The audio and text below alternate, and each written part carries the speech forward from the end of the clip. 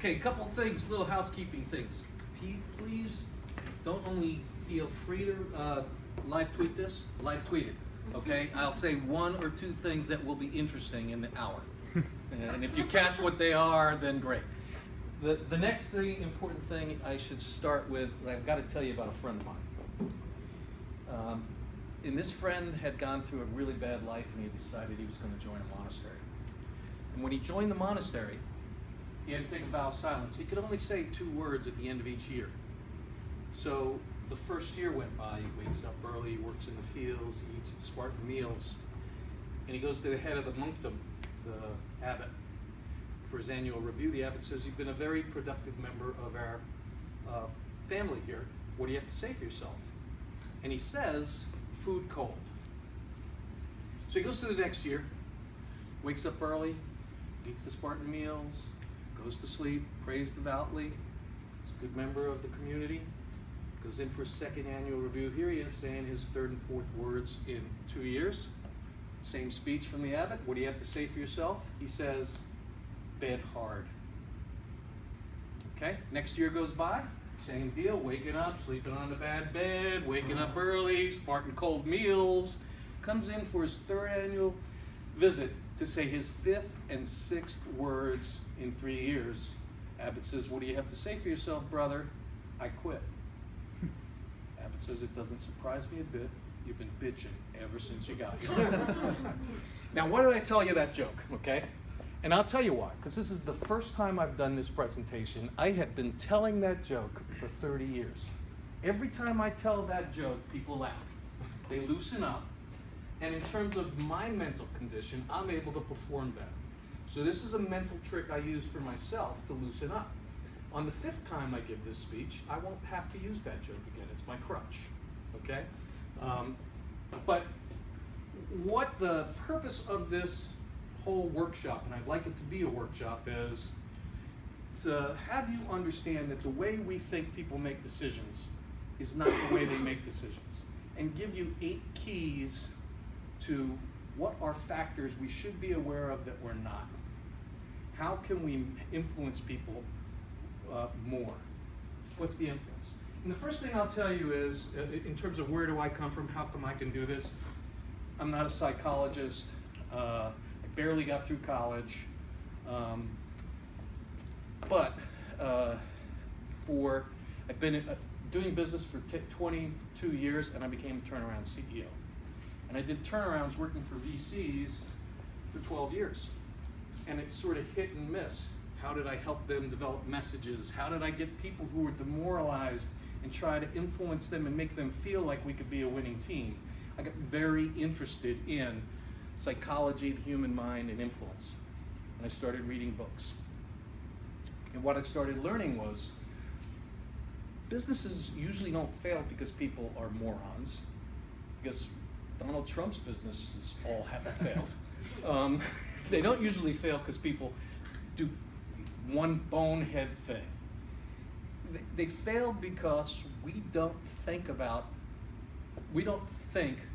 everything. We have these we have a myopic vision. We don't see everything. And I started to read about influence and how to influence people. What are some of the tricks we play on ourselves, and what are some of the blind spots we have in our minds?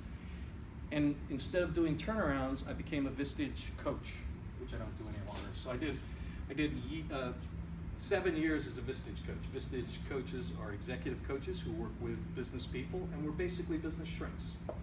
And I had professional training, certification for 7 years of that. And during that, I picked up a lot more of what you're going to be seeing. And then I funded a young man who went to Harvard and in psychology, graduated top of his class. And so he was a psych major, and he introduced me to professors, and this was my son, he introduced me to a lot of other things.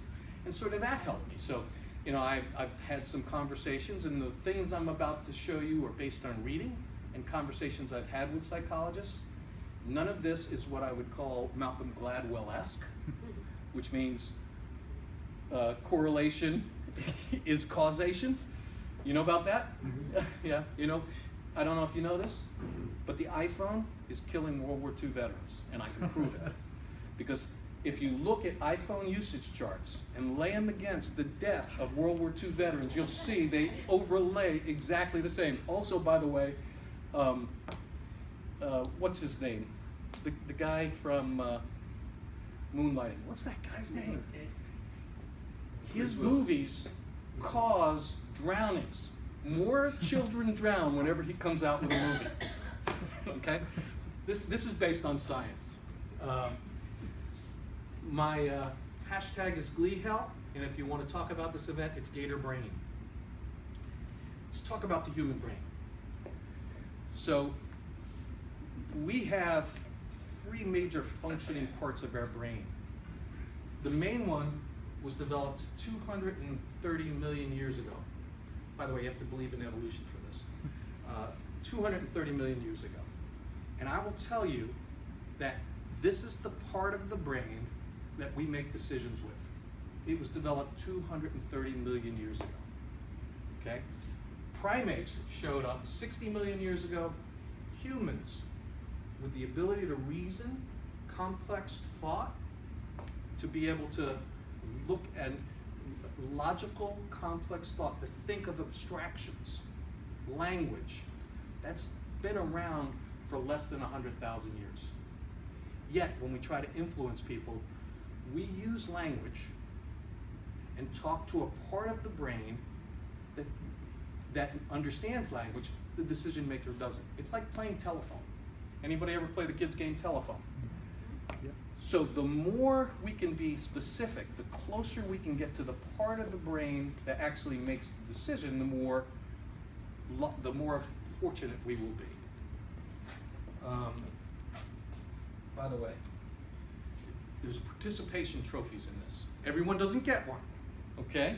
It's not like one of those soccer participation trophies, but if you participate, if you answer questions, I got 3 cans of whoop-ass that you can have on your desk.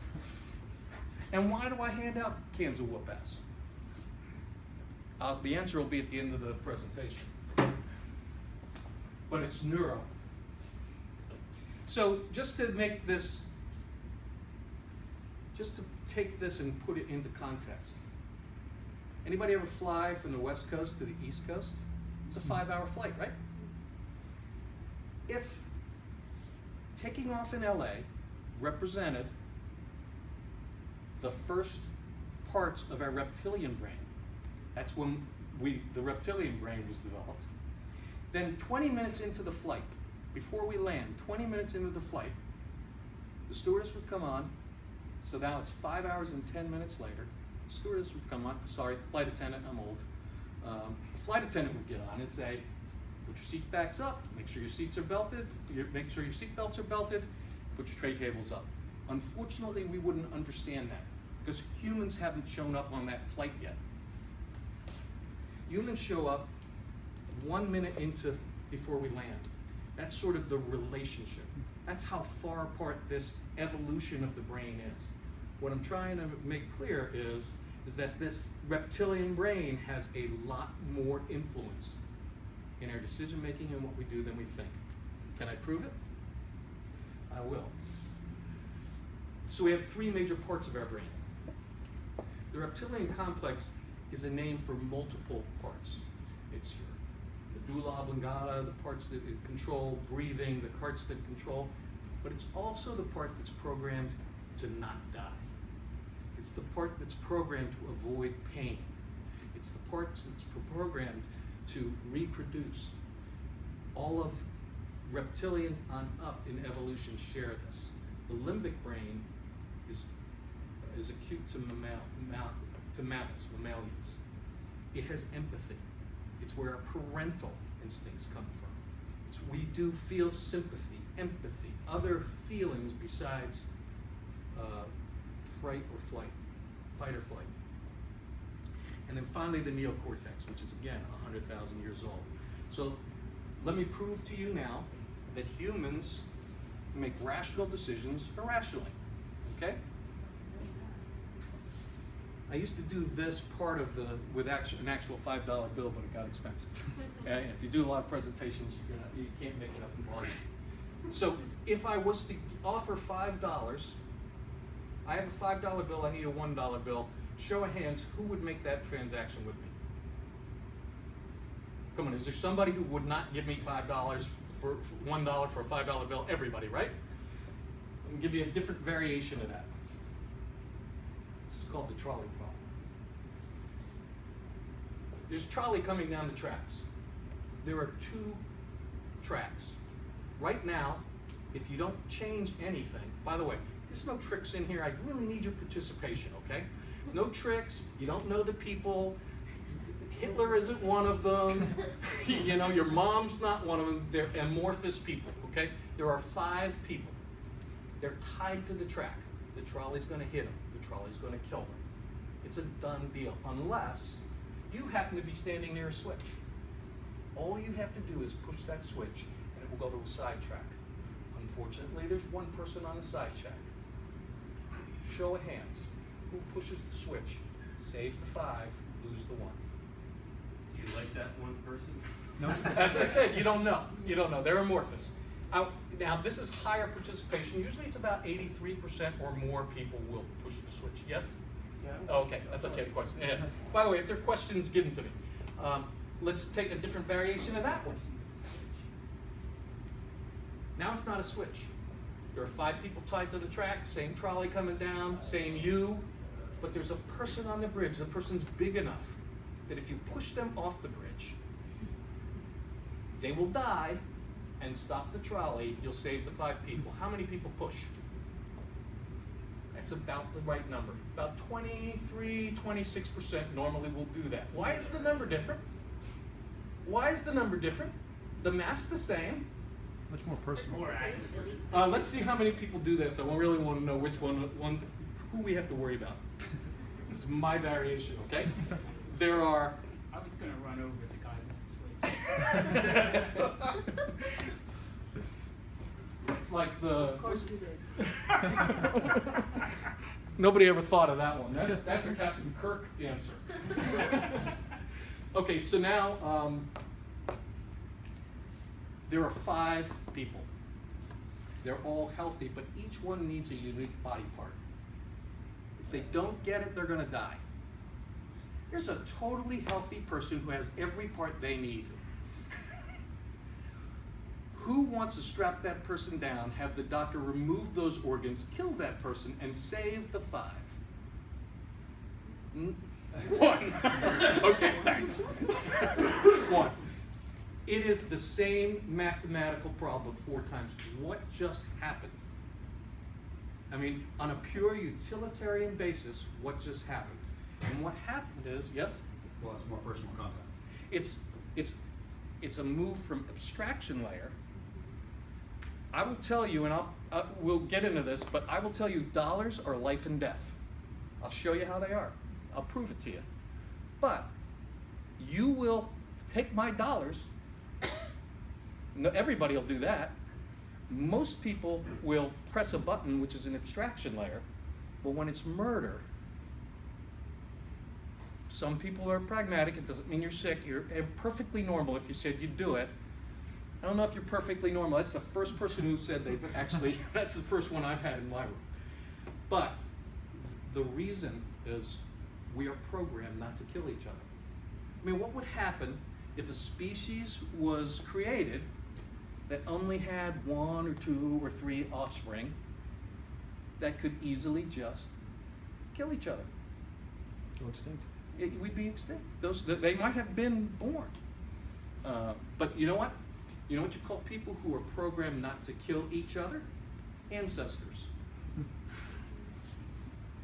It's a program. There's a lot of genetics. How about if I said I'd give you $100 to jump out of an airplane? No parachute. Who'd do it? How come nobody said, is the plane on the ground? The plane's on the ground.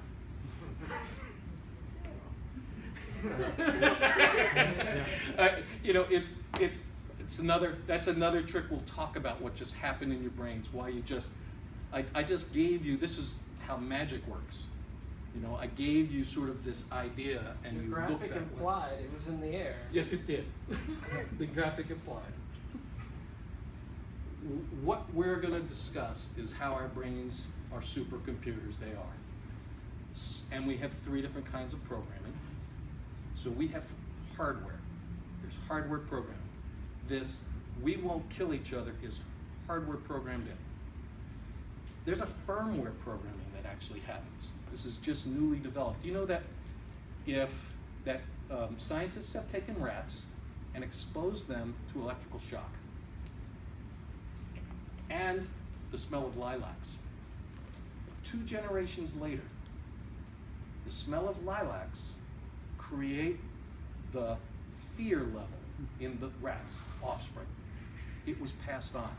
There are primates, monkeys, who have learned how to use tools, and 2 generations later, offspring who were not exposed knew how to use tools. There's a certain amount of firmware we're just finding out now that you can program in and pass through. And then there's the software. Software is what we learn through our environment and morals and things like that. Okay, now the meat. These are the 8 takeaways you need to take from this presentation if you're going to get any value from it, and if you're going to believe it. So these are the 8 things we're going to go through. We're going to try to go through them one by one. If you have questions, ask me. But these are the things that the old brain, that the reptilian brain, that will influence and move that it will affect it. Money is life or death. I was talking to a friend. I was helping him develop his marketing pitch, and we talked about pain and death. And he said, "You know, what about my product, which doesn't really have pain or death? How do I get people to move?" Has anybody been in a car, in traffic, going to be 20 minutes, at least 20 minutes, 30 minutes late for a meeting? Has anybody been there? Okay. How'd you feel? Anybody hit the steering wheel? Is that how you felt? Right? Guess what? In the animal kingdom, the only way you get to that state is if you're about to die. That's the only way you get there. So, what just took place? You're going to be 20 minutes late for a meeting. What just happened? Here's what happened. I'm going to be late for this meeting. I'm not going to get the deal. My boss is going to be mad at me. I'm going to lose my job. I'll stop eating. I'll die. It's just went through your head. That's the way we think. I mean, it just happens. We're programmed that way. So, what I'd say is, pain is really important. You can see how it moves people. We are programmed to avoid pain and death. Pain means we're moving towards death. That's why the system was put in. That's why we have that wiring. It's to warn us, move away from the fire. Somebody comes in to buy a drill. What does he need? Does he need a drill? Come on, you guys know this, right? Does he really need a drill? No. What does he need? He needs holes. That's his pain. My pain is I need holes. What would happen if he didn't have holes, right? You don't need a drill, you need holes. Don't sell drills, sell the pain. So, some important things. Without pain, there is no change. We are programmed. Fire hot, move. Fire hot, move. Without pain, there is no change. Anybody sitting with their boss or a customer who isn't moving, they are not feeling pain. That's why they're not moving, if it makes sense. If they haven't bought a competitive product, but they haven't made a decision, steady state is not painful. It's not as painful as the risk. So you've got to sell to pain, you've got to frame and then the last thing is, we will move faster away from risk than we will to gain. So instead of saying, you will make $1 million back, this will get you $1 million, what you want to say is, and every day that goes by is costing you $8,000. It's loss. You've got to take every benefit statement and make it a loss. It's got to feel, oh, I got another $8,000. Oh my God, another $8,000. Okay, how do you sell pain? So, I think we'll get some stories on that later. But here's the deal. Here's the important thing. I want you to understand this. If you ignore pain, you will not influence people. And you will probably lose your job, not make any money, and you will die. Okay? This is, so you've got to not ignore pain. Is that clear? You will probably die if you ignore pain. Because the next person who doesn't ignore it, because they've been through this seminar, won't ignore pain, they'll beat you.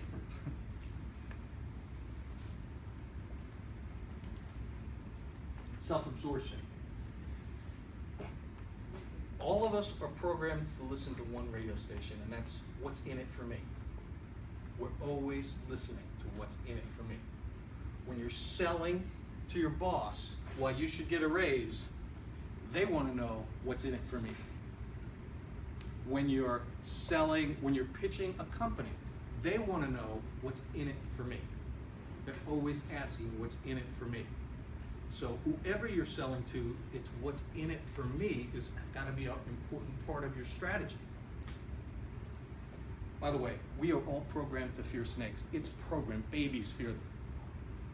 Okay? When we see a snake, we jump. We walk away. We say, oh my God. That's our reptilian brain. The next thing that kicks in is our mammalian brain. Well, I'm far enough away from the snake, but David isn't. Too bad for David. I really feel sorry for him. Empathy. But, you know, the first thing we do is jump away. We're programmed for this snake is here. Am I safe? Then we worry about everybody else. So we are self-absorbed. And you need a strategy to talk to self-absorbed, which means we need to talk to each human in the audience. And I'll give you some tricks on that. So when I teach people how to pitch to investors, you know, if the investor, let's say a cyber product. I got a customer who has a cyber product, and that cyber threat product, is a simulator. It simulates attacks on their IT infrastructure and allows them to react. Okay? So how would I sell that to an investor who doesn't have that pain? How would I get them involved without that pain? How would I have them understand why somebody would need this? Because many of you don't understand why anybody would need it. So the first word to use is imagine. Okay? I want everybody, first of all, whatever you do, don't imagine a pink elephant. How many people didn't see a pink elephant? Imagine's a powerful word, okay? It really is. It clicks something in your brain. So here's what I would say to an investor if I wanted to get them interested in this product. I would say, imagine you are on an airplane. Good chance they've been on an airplane, right? I'm speaking to them. Imagine that airplane got hit by lightning. Which airplane would you rather be on? The one where the pilot has never seen this before, or one who's been through thousands of hours of simulator and has seen this 50 times and recognizes, even though it's never really happened to him, oh, I understand what's happening. I see these patterns. I know exactly how to react. Well, that's what this product does for IT people. It makes their team understand the patterns, see what's happening, know how to react. So you, as that IT manager, don't wind up in the front page of the Wall Street Journal because Walmart's been cracked. So I think I've taken you to the place of pain and made it personal, and that's sort of what you have to do in the story. You gotta have that person into the story. They need to be part of it. The other thing is hurt rescue, back to pain. When you're trying to influence people, you hurt them first. I know it's painful, but you're doing it for their own good. It's like, you know, without no pain, no gain. Hurt them, then rescue them. So you're on that airplane, you've been hit by lightning. Now what if the pilot has seen this 1,000 times? That's rescue. So the technique in trying to influence people is hurt rescue, inflict pain. By the way, I feel really bad for that IT guy who didn't buy the simulator, who didn't listen to my story, because he's going to lose his job. He's not going to make any money. He's going to die. And if you ignore this self-absorption thing, people will not understand. They won't feel the pain. And if they don't feel the pain, guess what's going to happen? They're going to lose their jobs. You're going to lose your jobs. And you're going to not make any money. You're going to starve. You're going to die. That's what's going to happen. That's how important this is. This is a tweetable moment. I'm going to give it to you. Read it. Does that make sense? This is programming. There's a good chance, if we've seen it before, there's a pretty good chance, I'd say 99.9%, if we've seen it before and we see it again, it didn't kill us last time we saw it. But we are programmed to avoid anything new because we don't know if it's going to kill us. We don't. So you've got to make the revolutionary familiar. You've got to make the new familiar. You're in a town. There's been some kind of nuclear disaster, so there's no internet, there's no Yelp, there's no phones. You can't figure it out, okay? Go with me on this. You get off the exit in this foreign town. There are 2 restaurants. There are no cars in either of the parking lots. Which restaurant do you go to? The one that you know sucks, that served 99 billion people and only killed a few? Or the one that you don't know anything about with no cars in it? Which one do you go to? You go to the one that you know won't kill you. That's why you say 99 billion. Yeah, it sucks, but there's 99 billion. It's social proof.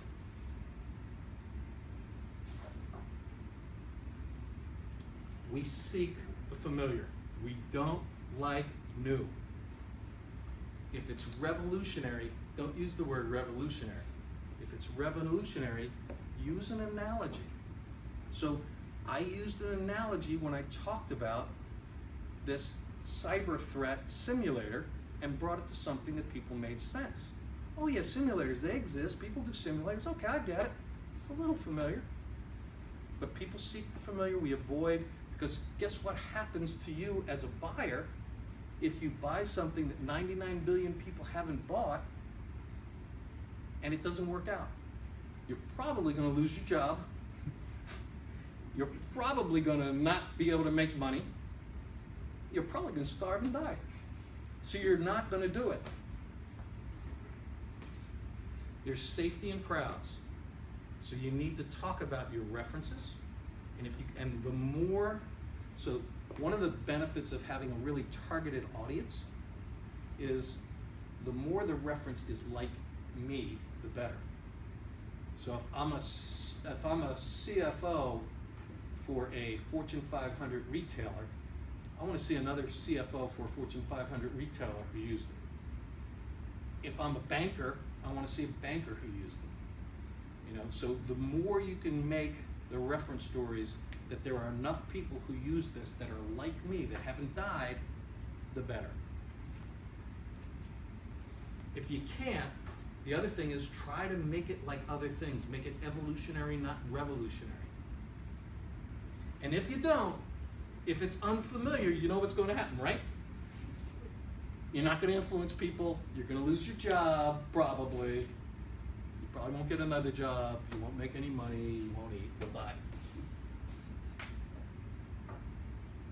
You know, I was hoping this would be like the Donald Trump thing where I could get you all to say, Mexico will build it. Wall's too high. Yeah.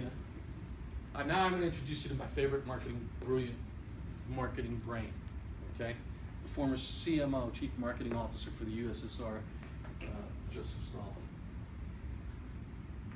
It's a great quote. When one dies, it's a tragedy. When 1 million people die, it's a statistic. It's kind of an example of abstraction. It's kind of like pressing. It's like pressing that button versus pushing the person off the bridge. It's an abstraction level. 1 million people is an abstraction level. It's how many people died of gun violence in Chicago last year. It's terrible, right? You know what's worse? One of them was a 20-year-old kid who left his home that morning, had a mom. What was he doing when he got shot? He was working with a 16-year-old, teaching him basketball.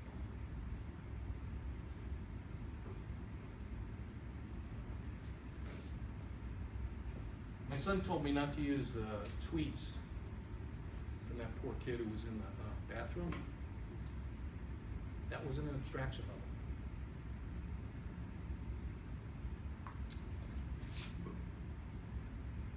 Here's one that's easier to take. Lake Michigan has 6 quadrillion gallons of water in it. That mean anything to anybody? It's a lot of water. You want to know how much water that is? If you took every human being on Earth, 7 billion people, they could take 3,000 baths each with that water. Which one's more real to you? Which one sort of tells you that's a lot of water? Yeah. 7 billion people times 3,000. That's how much that is. So when you're talking about these highfalutin concepts, when you're talking about statistics, you've got to bring it down and make it real. You got to, you know, I could have said it's 20 swimming, enough to fill 20 swimming pools. You know, when I was a Vistage coach, coaching people, and I was talking to them and I wanted to feel safe about how many other CEOs just like them had used our service, I would say, you know, right now we have 15,000 members, enough people to fill up the Verizon Center. And in terms of current and past, enough to fill up the Rose Bowl, 100,000.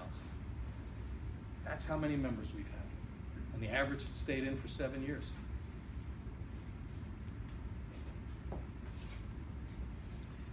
Avoid jargon.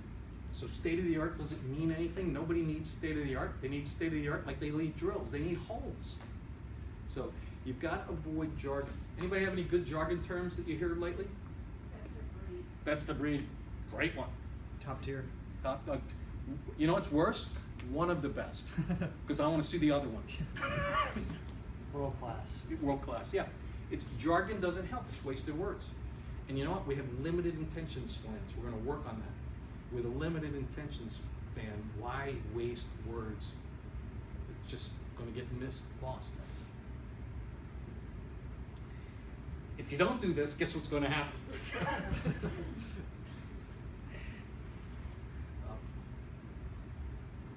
Okay, now we're going to talk about black and white. So the reptilian brain sees no shades of gray. There are no shades of gray. It's black and white. Which means that when we're trying to present an option, we need to make it as black and white as possible. That means if there's competitive, we need to show a competitive reason why ours is the option. But probably more important is we need to show them why sitting on their butts is an option. Because again, sitting on their butt, not buying your product, has never gotten them fired yet. And if they get fired, they're probably going to die. Proof of this is the old frog thing. Everybody knows the story. You put a frog in cold water, he'll sit. Put him in hot water, he'll jump out. You put him in cold water, and you turn on the fire, and the frog can't tell the difference between cold, a little less cold, a little warm, warmer, warmest, hot. They'll boil. Because he can't tell the difference. By the way, I haven't even figured this out yet. There's a huge conflict between this concept and the next one that I'm about to give you. But you've got to make your decision black and white. We'll talk about some ways of doing that. You know, that's why these competitive charts are important. Even if they're, you know, you've made them yourself. The thing is, you have to pile on. You have to give them so much information. Competitive charts, reviews. You've got to get reviews, social proof, references, how many clients use it. You really have to pile on. And, you know, what is the difference between, what is the black and white daily difference? How much do I lose, not gain, every day I don't use this thing? What do I lose? What is the pain? It needs to be black and white. The reptilian brain does not see gray. You got it. Now here's the conflict. We also use this binary system to create relativity, relationships between things, and it's really strange. If try this at home, it's a great parlor trick. Have your friends do it. You know, if you've got boring dinner parties, this is a dinner party trick. 3 bowls of water, a hot one, a cold one. Put your hands in it. Leave it there for a couple minutes. Take it out, put them in the same bowl, the lukewarm one. Guess what happens? This one feels a different temperature than this one because it's relative. The hot one feels like it's in a cold bowl. The warm one feels like it's in a warm bowl. This is important. This has implications in how you sell. I'm going to give you another one. Let's talk about Julia. Julie, she was an adequate student. She was okay. She didn't go to class. She didn't spend as much time in class. She was passionate about social issues. Passionate about it. Show of hands. How many people think, here are your 4 choices, and we'll go back. I'll give them to you. She can either be a dental hygienist, a bank teller, a librarian, a dental hygienist with 3 kids, a bank teller who volunteers for the ACLU, a librarian, an avid cyclist. Now this is not a fair test because you know I'm trying to trip you up. It'd be a much fairer test if you didn't know that, if you just came in blind. But how many people vote for option 1? 1. How many people vote for option 2? 3. How many people vote for option 4? 2. Option 5? More. Option 6? Now here's where I tripped you up. I said she was passionate about social issues. So some of you got tripped up by that. Guess what? What's the chances that she's a bank teller? Most of you said passionate about, she's a bank teller who volunteers for the ACLU. What's the chances that she's just a bank teller? If you did a Venn diagram, it's a smaller chance. Those first 3 choices are a higher probability than the last 3 choices. But I gave you these relative, I tricked you. You can get a car. I'll deliver it to your house. Okay? For $50,000, I will bring this car to your house, delivered, no paperwork, done. Or you can drive an hour, fill out the paperwork, get the car, and save $500. It's $49.50. How many people get it delivered at home? Okay. I'll give $500 to anybody who'll drive an hour. How many people drive the hour? Oh, what's going on here? Well, It's relative. That's 2 hours. 2 hours. Yeah. Plus your time. Yeah, but you know, in that test, again, in a room where you don't know what you're being tested on, there's a lot of things we'll do for $500, but there aren't a lot of things we'll do for a $500 discount on a $50,000 car. How you present your options, you need to be aware of that. How you present your options. I just had a horrible argument with my son, actually today. This is a true story. My mom died. She gave him $10,000. It was mine to hold till he's 25. I'm paying all his expenses, college. He's living in right now he's 3 apartments this month, 3. He's moving from one to another in his college town, plus he's working in another town for minimum wage, $7.50 an hour, okay? And he wants more money. And I said, you know, you got $10,000 in the bank. Spend it. He says, that's my savings, Dad. What am I going to do? He wants my money.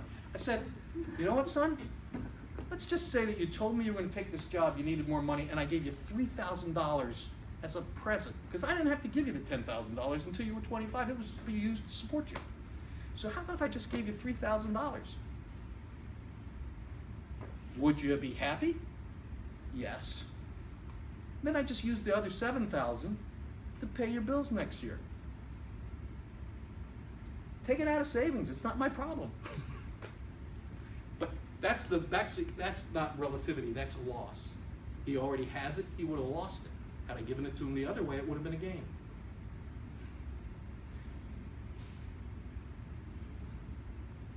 Who's seen Fried Green Tomatoes? Great movie. I love it. It's a chick flick, but I roll that way. There's a scene in it where a young kid gets his foot stuck in a track, and there's a train barreling down on it. Kind of like the trolley problem, except for it's only one kid and there's no button or bridge. All you see is the train barreling down on the kid. You hear the whistle blow. Screen goes dark. Next scene, it's a funeral. It's really sad. The kid was a great kid, young kid. It's a funeral. They zoom in on the casket. It's a little small. They're burying his arm, not the kid.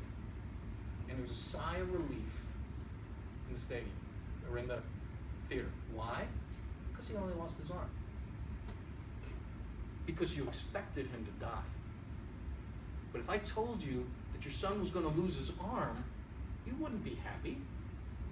That's the only circumstance when it was he was going to die. That's relativity. When you're going to fire somebody, that's bad. When you're going to give them a cut in pay and they think they're getting fired, that's good. You know where you see this relativity come to play a lot?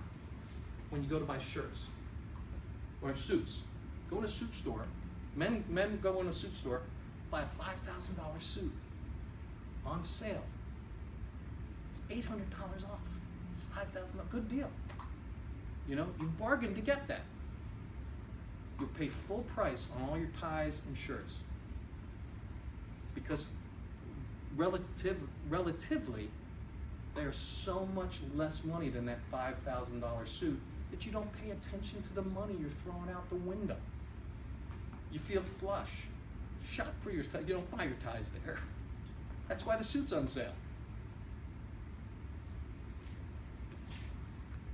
Guess what? If you don't think about relativity and offer things in relative choices, we're almost done. Visual. So our eyes are hooked up to the part of our brain that makes decisions. That's why we remember things that we see more than things that we hear, things that we read. We remember imagery. Anybody notice how much imagery is on this presentation? I mean, the imagery is to give you a feeling and to make it more memorable. Because words use graphs, use images, but words don't make decisions. If you have to, use word pictures. Tell stories that make pictures. Put pink elephants in their minds. Oops, wrong direction. Back to the snake. When we see a snake, we jump. We jump before we say, hey, that's a snake. You know why? Because, hey, that's a snake is not near the jump part of the brain that makes the decision to jump. If it was, we wouldn't be ancestors. We wouldn't have ancestors. We'd die. The eyes are part of the brain that, that connected to the brain that gives us survival. We see the snake before we know it's a snake.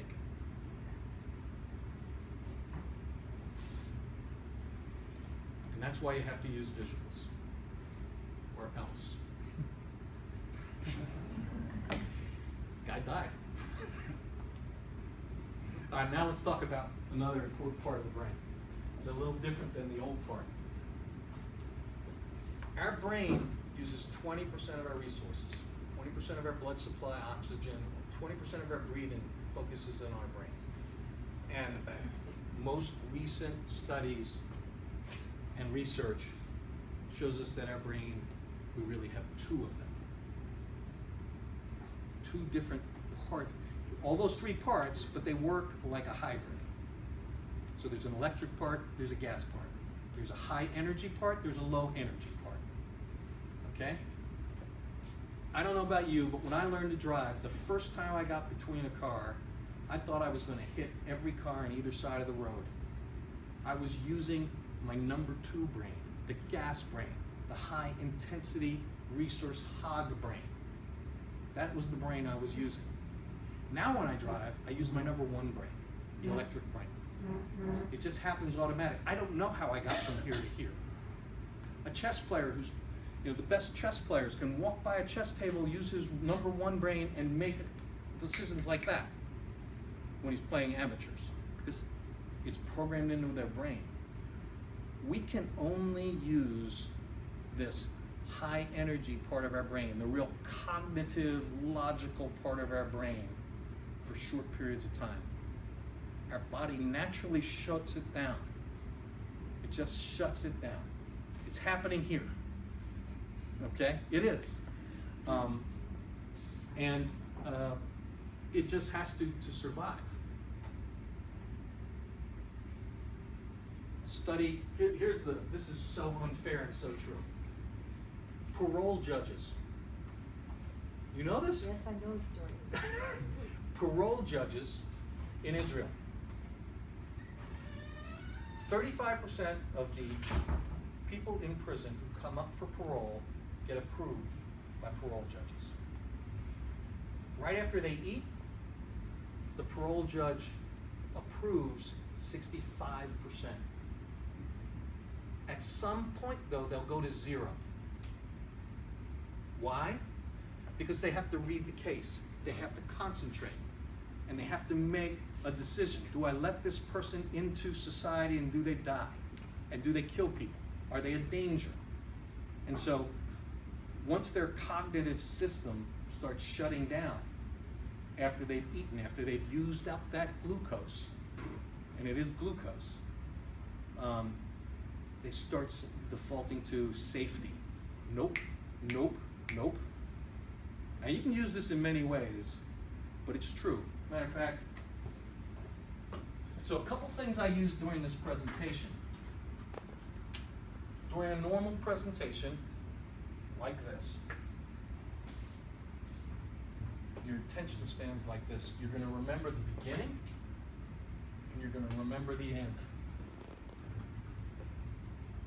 So why was every screen completely different? Why does MTV, why do music videos hold your attention? Because the screen is constantly changing.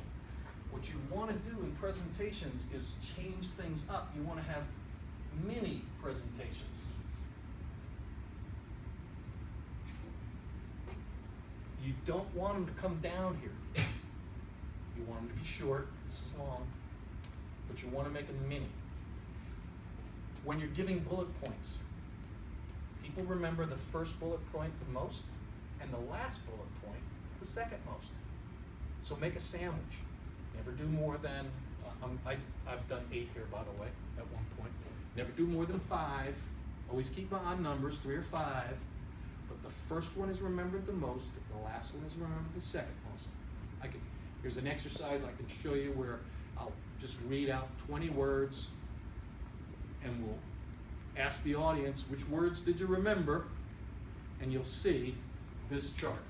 It just happens. It doesn't matter what we do in the research, we'll find it. You remember what happened first, last, you miss what's in the middle. Break it up, make some jokes, change your tone.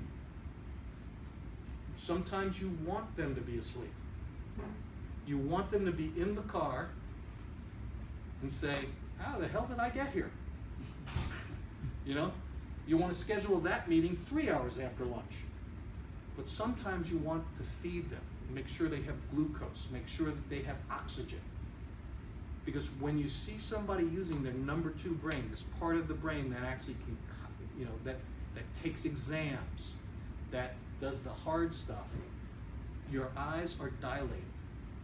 I mean, your body is consuming energy, and it can only do it so long.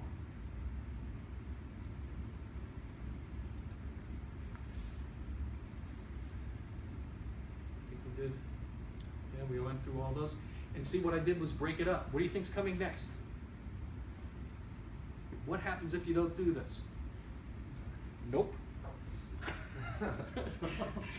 I didn't do it. Okay, so I broke it up. See, that was like a little mini presentation. I'm going to end it with this. This is a group. This is part of the group. This is a local company. If anybody reads my blog, I just tore them a new butt something.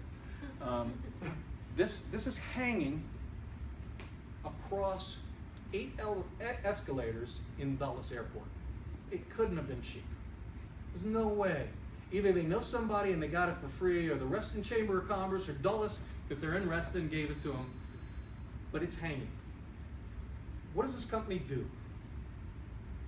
Who needs a hybrid cloud? I mean, it's worse than holes or drills. Who needs? Now, the only thing they did was say they were trusted by 25,000 companies. Good, social proof. So 25,000 companies that needed a hybrid cloud. I'm in IT. I had to ask somebody, what's a hybrid cloud? It's so if you're running things in the cloud, you have Amazon Cloud, or you have Microsoft Cloud, and all these cloud things have different tools that allow you to take advantage of it. A hybrid cloud has all those tools, so you can move from one form of cloud to another. I think. Is that it, David? I have no idea. SharePoint, maybe? It's a private cloud and a public cloud integrated, so you can take your private cloud that you have on premise and upload things to the public cloud. I forgot how many million people walk by this thing a year. It's a worthless matter. It's okay. So, what? Anybody see anything else wrong with it? Let's just say you were riding through and you said, God damn, I need a hybrid cloud. And all of a sudden you saw one there it is. What would you do? I have to go home and Google it. What would you? Where's the call to action? Let's just say, and here's the beauty of this whole thing. I don't know how much money they spend, but let's just say you called them. How would they know that that's why you called them? How would you call them? Yeah, that's true. But, so you looked them up in Google and you called them. Now, if they put a phone number there or a special page so that they knew, okay, this person called me on a number that was based on the Dulles, they'd at least know that their money was well spent. But I think they already know it wasn't.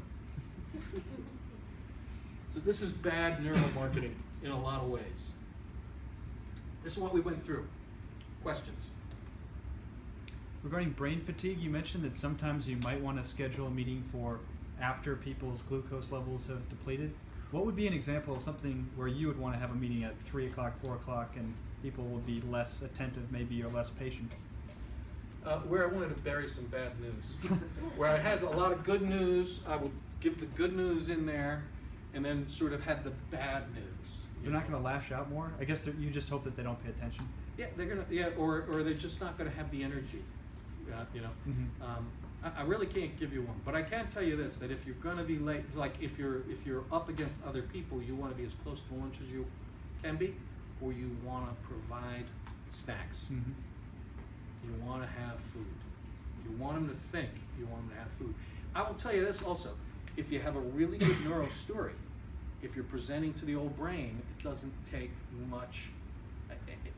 You know, it's impossible. There's very few things that'll do that. But if you can just do everything in a neural brain, go right to the decision maker. Mm-hmm. You know, show 2 charts and have them buy. You could do that later. Mm-hmm. Is the reason number 6 is smaller, is that a joke? Yes. Yeah. No. It's. You know. So there's a guy in this room. Relativity. Yeah. There's a guy in this room who reads my blogs and sends me spelling check. I can't spell, okay? I don't spell shit right. I can actually spell shit, but I can't spell and many other things. And this is the first time I gave the presentation. I'm surprised that's the first thing you guys pointed out, because my wife hasn't looked at this yet. Nobody's checked it for me. I'm sure I'll get. Yeah, it does. Relativity.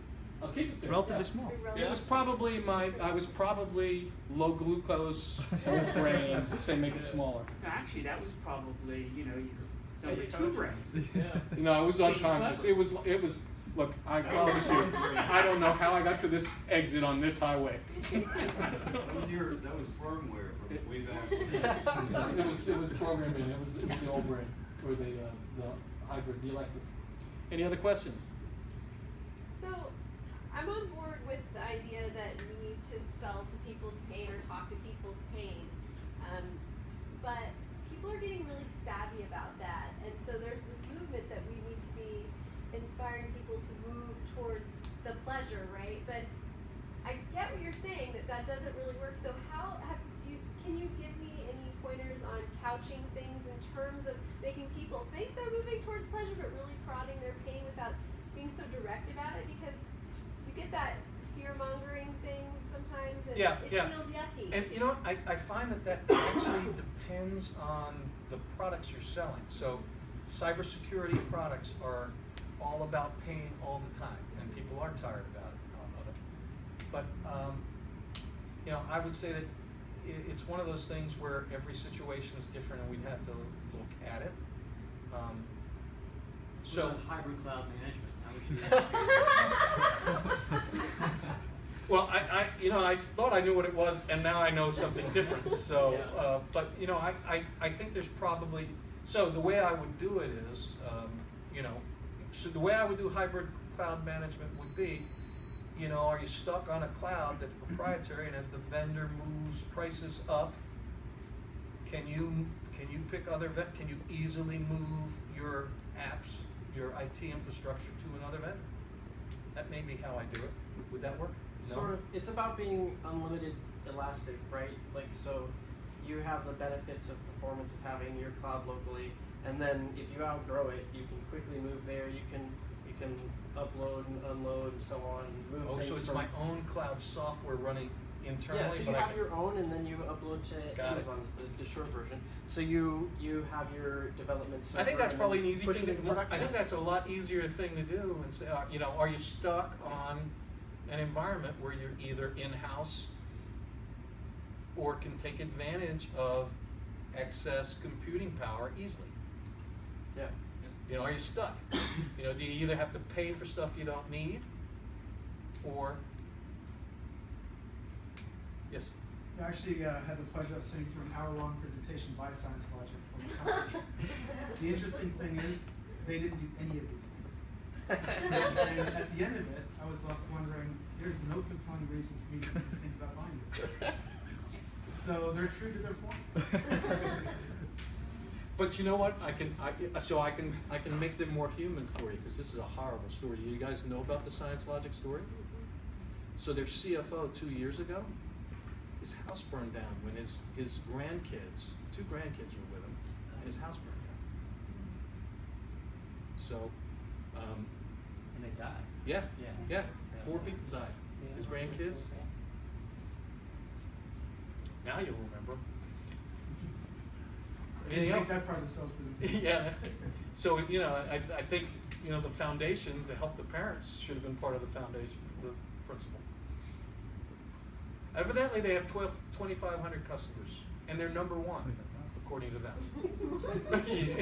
They're number 1 according to them. That is the worst. Everyone's the world's best. Yeah. You know, and this is, so, by the part, sorry? I'm unique. Yeah, I'm unique. So, this is Neuro. It's visual, it's different, it's my business card. Okay? People remember it. Not only do they remember it, but the guy who runs this company over here, I gave him one of those 2.5 years ago. They use it in the sales department for whoever was the best salesman of the month has it sitting on their desk. It gets looked at. It doesn't get handed to kids. It doesn't go in a drawer. It doesn't get wrapped up with. Before I gave those out, I used to give out countdown clocks. Okay, they were set to the end of the year, and I would ask a potential client who I was consulting to. I said, you know, if you had a really good year, and you were looking back, it's January 1, you were looking back at the year, what would you have gotten done? What's the most important thing you would get done? And she would say, you know, we would have our 100th client, and I would hand her the countdown clock, and it would say, well, you have 6 months, 4 days, 36 minutes to get that done. And it had my business, so it was a business card, a little thicker because it had the countdown clock. It just was a pain in the ass to hand out, and people were giving them away because you could reprogram the numbers, and so I got rid of those. I just do these now. But these stand out, and they have, they don't really tell you what's in there. They tell you what I do. You have one, don't you? Mine. I don't know. So that's it. We good? Yeah. Thank you. That was If you have awesome. questions, if you want, reach out to me. You forgot your call to action. What's your blog address? My blog address is drivenforward.com. You know what? I will tell you. Here's my call to action. This is a book. Going to be a book, and I've got it all set up. But what I'm looking for is I want to run this about. I want to do about 4 or 5 of these, because the questions that come up and the things that I stumble over each time will make it better. So that's how I'll turn this into a book. Would you kill the guy and take the organs? No, I wouldn't, and I wouldn't push the guy, but I would push the button. And it's again, if you would push the guy off the bridge, it doesn't mean you're defective. It actually, depending on when you ate, it could change. Maybe. There's a lot of things that can change in that, depending on when I ask and the environment you ask it in. But there's a great video. There's a YouTube on the trolley problem, which is interesting. It has more information. Let's do that. Awesome. Thank you, Thanks, Glenn. guys. Awesome. Thank you.